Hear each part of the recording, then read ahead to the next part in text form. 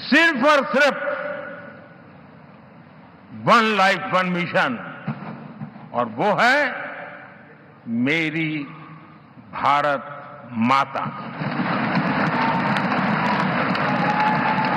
ये मिशन है 140 करोड़ देशवासियों के सपनों को पूरा करने के लिए खप जाना।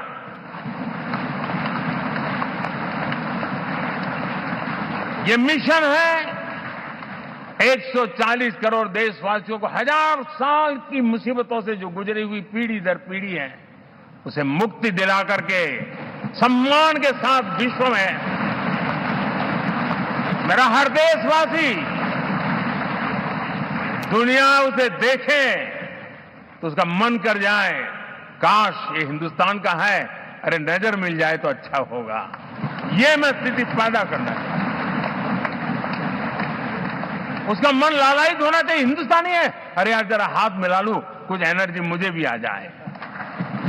मैं देश को इस ऊंचाई पर ले जाना चाहता हूं। और साथियों, मुझे पक्का विश्वास है आपका साथ, आपका सहयोग, आपका अनुभव बहुत बड़े परिणामों की संभावनाएं लेकर के आया है। लोकसभा का ये गठन उन सभी आकांक्षाओं को पूरा करेगा। मैं फिर एक बार आप सबका हृदय से बहुत बहुत धन्यवाद करता हूं।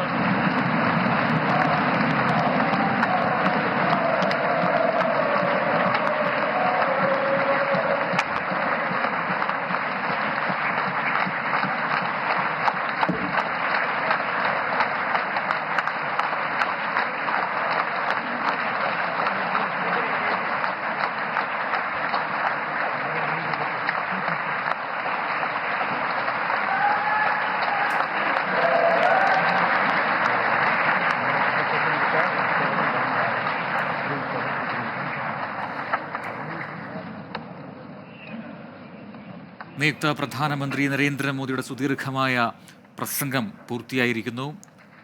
നിരവധി വിഷയങ്ങൾ, എന്താണ് അടുത്ത സർക്കാരിൻ്റെ നിലപാട്, എന്തായിരിക്കും അത്, എങ്ങനെ സഖ്യമായി മുന്നോട്ട് പോകും, ഒപ്പം പ്രതിപക്ഷ നിരക്കുള്ള കടുത്ത വിമർശനവും ഉയർത്തിയാണ് ഈ പ്രസംഗത്തിലുടനീളം നിയുക്ത പ്രധാനമന്ത്രി നരേന്ദ്രമോദി സംസാരിച്ചത്. ഇപ്പോൾ ദൃശ്യങ്ങളിൽ കാണുന്ന പോലെ ഘടകകക്ഷി നേതാക്കൾ പ്രധാനമന്ത്രിക്ക് ഉപഹാരങ്ങൾ നൽകുകയാണ്. ഒറ്റ ഫ്രെയിമിൽ നമുക്ക് പ്രധാനപ്പെട്ട ഘടകകക്ഷി നേതാക്കളെ കാണാം. ചന്ദ്രബാബു നായിഡു, പവൻ കല്യാൺ അടക്കമുള്ള നേതാക്കൾ അവിടെ സന്നിഹിതരായിട്ടുണ്ട്. എന്തായിരിക്കും തൻ്റെ ദൗത്യം, അത് വ്യക്തമാക്കിക്കൊണ്ടാണ് പ്രധാനമന്ത്രി നരേന്ദ്രമോദി ഈ പ്രസംഗം പൂർത്തിയാക്കിയത്. താൻ നിലകൊള്ളുന്നത്, തൻ്റെ ലക്ഷ്യമെന്ന് പറയുന്നത് ഈ രാജ്യത്തിലെ 140 കോടി ജനങ്ങളുടെ സ്വപ്നം സാക്ഷാത്കരിക്കുക എന്നുള്ളതാണ്. അതിനായി ഒറ്റ മനസ്സോടുകൂടി മുന്നോട്ട് പോകും. അതിൽ സഖ്യത്തിൻ്റെ പിന്തുണയുണ്ടാകും, അതുറപ്പാണ്. എൻഡിയുടെ ശക്തി അത്രമാത്രമുണ്ട് എന്ന് വീണ്ടും വീണ്ടും പറഞ്ഞുകൊണ്ടാണ് പ്രധാനമന്ത്രി ഉടനീളം സംസാരിച്ചത്. അതിരൂക്ഷമായ ഭാഷയിൽ പ്രതിപക്ഷത്തെ കടന്നാക്രമിച്ചും പ്രധാനമന്ത്രി രംഗത്തു വന്നു. ഒപ്പം പ്രവർത്തകർക്ക് തീർത്താൽ തീരാത്ത നന്ദിയുണ്ട് എന്ന് പറയുന്നു. ഒരു 4ാം NDA ഗവൺമെന്റ്, BJP ഗവൺമെന്റ് ഉണ്ടാകും എന്ന പ്രതീക്ഷ പകരുന്നതാണ് ഇത്തവണത്തെ ജയം എന്നുകൂടിയാണ് ഇപ്പോൾ നരേന്ദ്രമോദി പറഞ്ഞത്. R രാധാകൃഷ്ണൻ നൽകും കൂടുതൽ വിവരങ്ങൾ. ആർക്കെ, സുദീർഘമായ പ്രസംഗമാണ്, വിവിധ വിഷയങ്ങൾ നരേന്ദ്രമോദി പ്രസംഗത്തിലുടനീളം പറഞ്ഞു. അതിലേറ്റവും പ്രധാനപ്പെട്ടത് എന്തായിരിക്കും ഈ സർക്കാരിൻ്റെ, പുതിയ സർക്കാരിൻ്റെ നിലപാട്, എന്താണ് തൻ്റെ ദൗത്യം, താൻ എങ്ങനെ നിലകൊള്ളും, ഒപ്പം NDA എന്ന സഖ്യം അത് എങ്ങനെ മുന്നോട്ട് പോകും, ഈ കാര്യങ്ങളെല്ലാം സൂചിപ്പിച്ചായിരുന്നല്ലോ പ്രസംഗം. അതിന് വിശദാംശങ്ങൾ പറയൂ. ഏറ്റവും അവസാനം അദ്ദേഹം പറഞ്ഞ വാക്കുകളാണ് അതിൽ ഏറ്റവും പ്രധാനപ്പെട്ടതെന്ന് നമുക്ക് ഈ ഘട്ടത്തിൽ പറയാൻ സാധിക്കും. 24 മണിക്കൂറും താൻ ലഭ്യമാണ്, ഒരുമിച്ച് മുന്നോട്ട് പോകാം, ഒരുമിച്ച് പ്രവർത്തിക്കാം, രാജ്യത്തിന്റെ വികസനം ഉറപ്പാക്കാം എന്നതാണ് അദ്ദേഹത്തിന്റെ സന്ദേശമായിട്ട് ഉള്ളത്. ഈ തെരഞ്ഞെടുപ്പ് ഏതെങ്കിലും വിധത്തിൽ തെരഞ്ഞെടുപ്പ് ഫലം ഏതെങ്കിലും വിധത്തിൽ ഒരു തിരിച്ചടിയല്ല തങ്ങൾക്ക് എന്ന് വിശദീകരിക്കുന്ന വിധത്തിലായിരുന്നു പ്രധാനമന്ത്രി നരേന്ദ്രമോദിയുടെ പ്രസംഗം. അദ്ദേഹം നിലവിലുള്ള സാഹചര്യത്തിൽ ഇപ്പോൾ ഉണ്ടായിരിക്കുന്ന ജനവിധി അത് ജനാധിപത്യത്തിന്റെ സൗന്ദര്യമാണ് എന്ന് വിശദീകരിക്കാനാണ് ശ്രമിച്ചത്. ഒരുമിച്ച് മുന്നോട്ട് പോകാൻ സാധിക്കുന്ന ഒരു സാഹചര്യമാണ് ഉള്ളത്. മുൻപ് തങ്ങളുടെ പൂർവികർ, വാജ്പേയി ഉൾപ്പെടെയുള്ളവർ ഇത് കാണിച്ചു നൽകിയതാണ്. ഏറ്റവും ഉചിതമായിട്ടുള്ള ഒരു ഭരണം രാജ്യത്തിന് സമ്മാനിക്കാൻ സാധിക്കും എന്നതടക്കമുള്ള പ്രതീക്ഷയും അദ്ദേഹം മുന്നോട്ട് വെച്ചു. ഏറെ പ്രധാനപ്പെട്ടത് ഈ യോഗത്തിന്റെ ഭാഗമായിട്ട് നരേന്ദ്രമോദിയെ NDAയുടെ കക്ഷി നേതാവായിട്ട് തെരഞ്ഞെടുത്തിരിക്കുന്നു എന്നുള്ളതാണ്. രാജ്നാഥ് സിംഗ് ആണ് ഇതുമായി ബന്ധപ്പെട്ട പ്രമേയം അവതരിപ്പിച്ചത്. അമിത്ഷായും ഒപ്പം നിതിൻ ഗഡ്കരിയും BJPയിൽ നിന്ന് പിന്താങ്ങി. പിന്നാലെ ഘടകകക്ഷി നേതാക്കന്മാരും നരേന്ദ്രമോദിയെ നേതാവായി അംഗീകരിച്ചുകൊണ്ടുള്ള പ്രമേയം വായിക്കുന്ന ഒരു കാഴ്ചയാണ് നമുക്ക് കാണാൻ സാധിച്ചത്. പഴയ പാർലമെന്റിന്റെ സെൻട്രൽ ഹാളിൽ BJPയുടെ തെരഞ്ഞെടുക്കപ്പെട്ട നിയുക്ത MPമാർ എല്ലാവരും ഉണ്ടായിരുന്നു. ഒപ്പം മന്ത്രിമാർ അടക്കമുള്ളവർ ഉണ്ടായിരുന്നു. വ്യത്യസ്ത സംസ്ഥാനങ്ങളിലെ മുഖ്യമന്ത്രിമാർ ഉണ്ടായിരുന്നു. പ്രസംഗത്തിൽ കേരളവുമായി ബന്ധപ്പെട്ട് നരേന്ദ്രമോദി പറഞ്ഞ ഏറ്റവും പ്രധാനപ്പെട്ട ഒരു നിരീക്ഷണം ഏറെ ശ്രദ്ധേയമായി. അത് കേരളത്തിൽ ഇപ്പോൾ BJP അവിടെ ഒരു സ്ഥാനം നേടിയിരിക്കുകയാണ്. ഈ ലോക്സഭയിൽ കേരളത്തിൽ നിന്നുള്ള പ്രതിനിധി ഉണ്ടാകുന്നു എന്ന സന്തോഷമാണ് അദ്ദേഹം പങ്കുവച്ചത്. വലിയ യാതനകളൊക്കെ നേരിട്ടുകൊണ്ടാണ് കേരളത്തിൽ നിന്നുള്ള പ്രതിനിധികൾ കഴിഞ്ഞ നാളുകളിൽ പാർട്ടിക്ക് വേണ്ടി സംസ്ഥാനത്ത് പ്രവർത്തിച്ചത് എന്ന അവകാശവാദവും അദ്ദേഹം മുഴക്കി. ഏതായാലും ഈ ചടങ്ങുകൾ ഇതുമായി ബന്ധപ്പെട്ടുള്ള നടപടികളൊക്കെ അവസാനിച്ചിരിക്കുകയാണ്. ഇനി കക്ഷി നേതാക്കൾ രാഷ്ട്രപതിയുടെ വസതിയിലേക്ക് എത്തും. രാഷ്ട്രപതിയുടെ വസതിയിൽ ഈ എല്ലാ കക്ഷികളുടെയും പിന്തുണ കത്ത് രാഷ്ട്രപതിക്ക് കൈമാറും.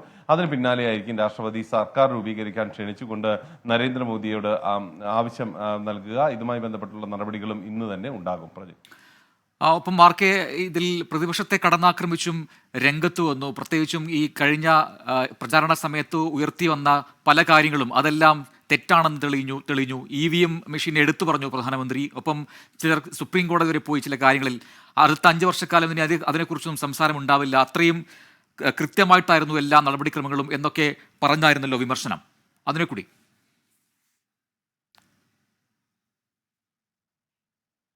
തീർച്ചയായിട്ടും ജനങ്ങളെ കബളിപ്പിച്ചുകൊണ്ടാണ് ഈ സംഖ്യ നേടിയത് എന്ന വിധത്തിലുള്ള ഒരു സൂചനയാണ് നരേന്ദ്രമോദി തന്റെ പ്രസംഗത്തിൽ മുന്നോട്ട് വെച്ചത്. അതിന് അദ്ദേഹം കാരണങ്ങളായി പറഞ്ഞത് ജനങ്ങളെ തെറ്റിദ്ധരിപ്പിക്കുന്ന വിധത്തിലുള്ള പ്രസ്താവനകളായിരുന്നു പ്രതിപക്ഷം നടത്തിയത്. പ്രചരണ രംഗത്തും കള്ളമല്ലാതെ മറ്റെന്തെങ്കിലും പ്രതിപക്ഷത്തിന്റെ ഭാഗത്ത് നിന്ന് ഉണ്ടായില്ല. ജനങ്ങളെ തെറ്റിദ്ധരിപ്പിക്കുക, അതിന്റെ ആനുകൂല്യത്തിൽ അധികാരത്തിലേക്ക് എത്തുക, ഇതിനു വേണ്ടിയിട്ടുള്ള ഒരു ശ്രമമാണ് നടത്തിയത്. പക്ഷേ അതിന് അവർ വിജയിക്കുന്ന ഒരു സാഹചര്യം ഉണ്ടായില്ല. കുറേയധികം ആളുകളെ പറ്റിക്കാനായി അവർക്ക് സാധിച്ചിട്ടുണ്ട്. പക്ഷേ അതിന്റെ നിജസ്ഥിതി കൂടുതൽ നാൾ അവരിൽ നിന്ന് മറച്ചു വയ്ക്കാൻ പറ്റില്ല എന്നുള്ളത് ഇത്തരത്തിലുള്ള വീഴ്ചകൾ കാട്ടിയവർ അവർ ബോധ്യപ്പെടേണ്ടതാണ് എന്ന് നരേന്ദ്രമോദി പറഞ്ഞു. രാജ്യത്തെ സംബന്ധിച്ച് വികസനത്തിന്റെ ഒരു കാലമാണ് കഴിഞ്ഞ 10 വർഷങ്ങളിൽ നടന്നുപോയത്. അഴിമതി രാജ്യത്ത് നിന്ന് മാറുന്ന വിധത്തിലേക്ക് എത്തുകയും ചെയ്തു. ഇതിനെയെല്ലാം അവസാനിപ്പിക്കുക, അഥവാ തങ്ങളുടെ താല്പര്യങ്ങൾക്ക് വേണ്ടി ഭരണം നടത്തുന്ന ഇന്ത്യ മുന്നണിയിലെ ഘടകകക്ഷികൾക്ക് അവർക്ക് അതിനു വേണ്ടിയിട്ടുള്ള ഒരു ശ്രമമാണ് അവർ നടത്തിയത്. ജനങ്ങൾ അതിന് നല്ല മറുപടിയാണ് നൽകിയിരിക്കുന്നത്. താൻ ഈ സംഖ്യ അത് കുറഞ്ഞുപോയി എന്ന് പറയുന്നില്ല, മറിച്ച് ജനാധിപത്യത്തിന്റെ സൗന്ദര്യം ഈ വിധത്തിലാണ് ഇത്തവണ രേഖപ്പെടുത്തിയിരിക്കുന്നത് എന്നാണ് പ്രധാനമന്ത്രി വ്യക്തമാക്കിയത്. രൂക്ഷമായിട്ടുള്ള ഭാഷയിലാണ് ഇന്ത്യ മുന്നണി ഘടകകക്ഷികളെ, പ്രത്യേകിച്ച് കോൺഗ്രസിനെ അദ്ദേഹം വിമർശിച്ചത്. രാജ്യത്ത് ഇത്രയും അധികം കാലം ഈ പട്ടിണിയും എല്ലാ വസ്തുക്കളുടെയും ദൗർലഭ്യം അടക്കമുള്ള ഒരു വിഷയത്തിന് കാരണമായി മാറിയത് കോൺഗ്രസ് ആണ് എന്ന് അദ്ദേഹം വിമർശിക്കുകയും ചെയ്തു. പ്രജിൻ, ശരി, രാധാകൃഷ്ണനാണ് വിശദാംശങ്ങൾ നൽകിക്കൊണ്ടിരിക്കുന്നത്. ഇപ്പോഴും അവിടെ പ്രധാനമന്ത്രിക്ക് നരേന്ദ്രമോദിക്ക് ഉപഹാരങ്ങൾ നൽകുന്ന പാർട്ടി നേതാക്കളെയും പ്രവർത്തകരെയും കാണാം. ഒപ്പം എല്ലാവർക്കും നന്ദി പറഞ്ഞാണ് പ്രധാനമന്ത്രി അല്പസമയത്തിന് മുമ്പ് ഈ പ്രസംഗം അവസാനിപ്പിച്ചത്.